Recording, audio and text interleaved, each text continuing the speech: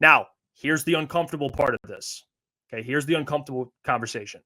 We've seen this happen before, and we'll get to specific hires later in the show on who we think will replace Ben Johnson and Aaron Glenn. But again, remember what we talk about a lot when it comes to playoffs. People think the NFL, you just rise, and you make you win a playoff game, then you make the NFC Championship game, then you make the Super Bowl. It is not guaranteed that this offense will stay at this level. It's not, because how many great play callers are there in the NFL? There's not a lot. Even look at Bobby Slowick. Bobby Slowick was great. Then he wasn't. Ben was consistently great. I mean, you said it yourself, Booner, top 5 offense through, a handful of years. There's great pieces here. There's great pieces. A great offensive line, a very good quarterback, the backfield, the weapons. It's all there. But who's calling these plays? That has yet to be determined. And I'm telling you, it's not guaranteed. We saw with the Eagles after Shane Steichen left. They went through a year where they had to clear out their staff to get in Kellen Moore to restart it. It took a year, right? And look at the Bills. They lost Brian Dable. It took another year before Josh Allen started playing well again. He struggled. Like, it's not guaranteed. I'm just going to be honest with everyone that next year it's just, oh, Ben's gone. Here we go. Top 5 offense, top 5 scoring offense in NFL history. It's not. So, like, this hire, whoever Dan brings in, it could either be Anthony Lynn or it can be a Ben Johnson. It has yet to be determined. But this hire is going to be one of the biggest decisions Dan Campbell's made, to replace that guy. I'm just being honest with it's you. Huge.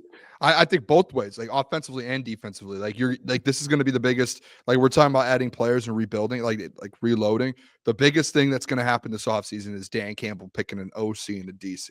Like, that's going to be like the biggest question mark going into next season. And at the end of the day, though, everyone wants Tanner Engstrand. Like, I wouldn't not mind that, because he's been in the room. And one thing Dan said today, which stood out to me a little bit, is he wants to keep the terminology. He wants to make everything to stay kind of a little bit familiar to Jared Goff and that offense that him and Ben built together. He wants to kind of keep it the same. And when you're making those comments, typically I would think that if you want to keep the terminology and how you played this last year, most likely it's an in-house type of deal, just because of hey, you're not going to go out of, out there in the world and go grab someone else, bring them in-house and be like, hey, we want to use our terminology. Like, no, not to a new OC. It would have to be someone in the building to kind of keep that offense the same and keep that terminology the same. But yeah, that's where I'm kind of looking at. I'm interested to see what they do, though, because Ben, that is a big, it's a big replacement. Yeah, a lot of people act like it's not too. Like, that's the crazy thing. It's like no, that's and that's what's really bothers me a little bit. It's like, no, this is a big deal that Ben left. Like, and I know obviously people are acting like it's not because he went to Chicago, and I'm sure they would have different thoughts if he went to Vegas or went to Jacksonville. But no, that is this is a big deal. Like, that's going to be your number one priority this offseason, is replacing Ben Johnson and Aaron Glenn. We got some super chats I want to get to. Jesus Vision, appreciate the $5. Says the coordinator's not focusing on the game and being prepared for other things has an effect on the players. See, I can't speak on. I don't know. I don't know personally. I'll tell you what I think. I don't think coaches should interview for a job until the season's over. I think that's, and I get it. You have to start prepping for the draft. But even to get ahead of stuff, it shouldn't happen until the season. That's my opinion on it. I hate in-season interviews and stuff. But thank you, Jesus Vision, for that. Freddie fell through on 3. Thanks for the $2, Billers. Says fly to Vegas and give Max a blank check. I agree with that. I mean, it's just interesting. You have to start giving money to people. That's the only issue. Spenmo, appreciate you, my guy. Thanks for the $2. Says Osama Ben Johnson. I mean, that's what's basically being displayed right now on social media. And I'll tell you this right now, guys. In not only is his replacement huge, and Dan already said that Jared's going to weigh in. Of course he should. And a lot of the terminology, he wants to be similar. He wants it to look similar. So whoever they bring in is good. They want a similar feel. That indicates to me that it's going to be Tanner Engstrand. That's kind of my early indication. The terminology and all that. That's it's Tanner. He's the guy that's been around. So I would assume it's Tanner, but here's the thing. We don't know what Tanner is. I mean, I like him. We all like him, but we don't know what he is. He's still going to have to call plays. And it could easily be a regression, and I hope it isn't. But here's the other thing I want to get to. I mentioned that. So I think it's going to be Tanner on the defensive side of the ball. I don't know. Maybe it is Calvin Shepard, but here's where I'm at. Are you going to bring in 2 new coordinators that have never been a coordinator before? That's a tough position to be into, And I get AG Super Bowl contending, and you have 2 new coordinators. Like, to me, you have to have at least one of these guys have experience. That's a tough position to be in. For a legitimate championship team. I mean, look around the NFL. All these guys are experienced, man.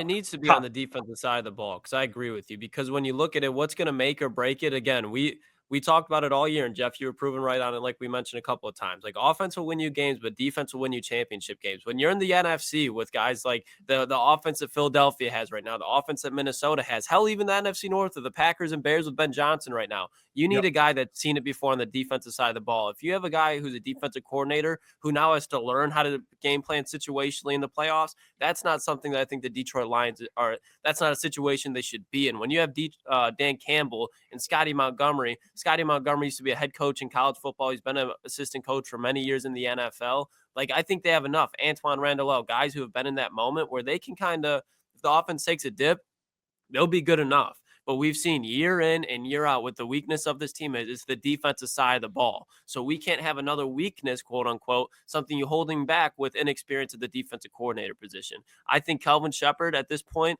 he's a great option, but I would prefer to go like sell the house and you go get Jim Schwartz. Like, that's something like that I pull. Now, it doesn't have to be Jim Schwartz. Go get a guy who has done it before. Real quick, Booner, because I'll let you go. I want to read this because this was replying. Reezy was talking about what I was saying because I said you need some experience. He says, you mean like how AG and Ben Johnson were never coordinators? Here's the difference, though. Those guys had years to get ready for this, at least a year or two to get ready to be a legitimate team. You're walking into next year as probably a top 3 favorite to win the Super Bowl, and you got 2 new coordinators. Like, at least AG and Ben had to eat crap first, and then kind of work with. They had a year or two to grow before they were on the stage. Dude, Weezy D, come on, my man. 2 new coordinators that have never been fresh blood into that type of year. That's tough. But go ahead, Booner. I wanted to address Weezy. I was just wondering, are we giving out who we want as the next DC? Yeah, we'll get into golf after this. Now we're on it already. Let's just talk about it. I want to throw this at DC, and I tweeted it out on our account, and half of the people said yeah, half said no. Rex Ryan. Rex Ryan. He I saw him on Sunday screaming at people on the desk, battling and sticking up for the Detroit Lions. And the man wants to coach football again. He interviewed for the Jets head coaching job. He loves the Detroit Lions. I think his son's still on the staff. He's one of the best defensive minds in all of football. And I know people are like, no, he's a hard-headed guy. He's a head coach. You're telling me no one, I promise you guys, no one on this earth will affect and change the way Dan Campbell coaches his football team. No, not Rex Ryan. Bill Belichick wouldn't. God himself wouldn't. Dan Campbell's going to coach this football team and control this team and do what he does with this team, and no one will affect that. But if you bring a guy with the mind of Rex Ryan, one of the best defensive minds in NFL history, and he wants to coach again, why wouldn't you do it? Why wouldn't you? Klotz, you're saying I want experience, I want guys who know. Like Jim Schwartz, great. Love that. If that happened, he's done great in Cleveland. But Rex Ryan, guys, like I feel like that's a no-brainer. If he wants that job, you give it to him so fast, and you sign that check, and you go, "Yep, let's go win a Super Bowl." What do you think, Klotzy? I already said mine. I think I love Rex Ryan too, Boone. I think he'd do phenomenal. You look at what he did with those defenses in the Jets. Been in an AFC championship game before with a quarterback that held him back. I'm not saying that's Goff, but he knows what it's like to have to overcome a situation at the quarterback spot. Now it's Goff with his lack of mobility. I think Rex Ryan would be perfect for that spot. Another guy I just mentioned, and it's my dream candidate, just because outside of Dan Campbell, Jim Schwartz has been my favorite coach for the Detroit Lions. But it's not just that I like the dude. His defenses are always elite. He had a Super Bowl winning one in Philadelphia, and what he's done with the Cleveland Browns over the last couple of years, the Browns, obviously terribly run organization. They have the Deshaun Watson contract, but what he does year in and year out with that defense, runs a lot of man-to-man defense, has a premier pass rusher, Myles Garrett, he's developed into a defensive player of the year candidate. You look at Zadarius Smith in that front seven, but most importantly, how he's been able to develop linebackers is exactly what this team has been able to do year in and year out. I think he is exactly what this team needs because he's going to hold every one of those defenders accountable. There's no question about that, and that's what Dan Campbell's all about. I think Jim Schwartz and Dan Campbell, I mean, that is a fired up fucking locker room. I think he's the perfect fit. The question is, we want to leave Cleveland for Detroit.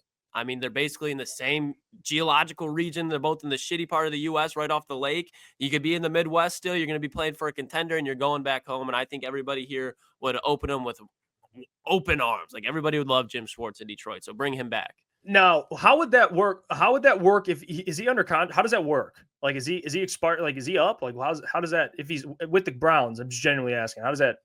I think he's under contract. I mean, I could be wrong. I think that's tougher than it. I don't know if you're under contract. Yeah, it would have to be a thing where it's like Jim's like, hey, I'm leaving. Detroit's gonna like you. I don't even know if you could do that though. Like, yeah, I just don't know. Like, Cleveland would have to approve that. I don't think Cleveland would be like, go ahead. You know what Corey said earlier that really I'm stuck interested in with me? contract. Corey mentioned, and it's a great angle because I didn't think about this. Is like Dennis Allen kind of like chilling for a second, like he hasn't like jumped all over. It's like been expected he's going to join Ben Johnson, which for them, like they want an experienced head coach, like someone who's been a head coach before, to kind of be with Ben. But like, why? If you're Dan, call up Dennis, be like, hey Dennis, you want to coach a top team in football next year? You know, you want to coach Aiden Hutchinson, you want to coach these guys, and we've worked together. We share similar insights to what we want out of this defense. Hey, I see you're Albert Jones, the Bears fan. How about we steal Dennis Allen from you? All right? Because Dennis Allen, I will say this, as a head coach, not good. Not actually good at all. But as a defensive mind, dude, he's him. He's him. So I'm curious what happens with this Dennis Allen stuff if he jumps on that Bears job or he waits and AG leaves in the next couple days. And then Dennis Allen jumps with the Lions and screws Ben over, you know, which Ben would have to respect. Like, dude, I'm going to coach the Lions, bro. I'm not coaching the Bears. Like, I wonder what I think Dennis Allen's a wild card in this. I think what Corey said is a good point with that. Like, I wonder. I don't know. Like, and my question with it is like, I'm sure Ben's already had a conversation with Dennis over the last 48 hours, and like they said, he's putting his staff together, and Dennis Allen's one that he spoke with. Like, if Dennis Allen, like, say AG, you don't get that news until Wednesday, Thursday, and you're still sitting there waiting for AG to make a decision. Dennis Allen signs with the Bears. You're like, and that's where he gets into a position to where it's a tough spot to be in because, like, there's still that side right now. And I know people aren't thinking that. And obviously, majority of everyone is saying, hey, AG's going to the Jets or the Saints. But, like, he still hasn't made the decision.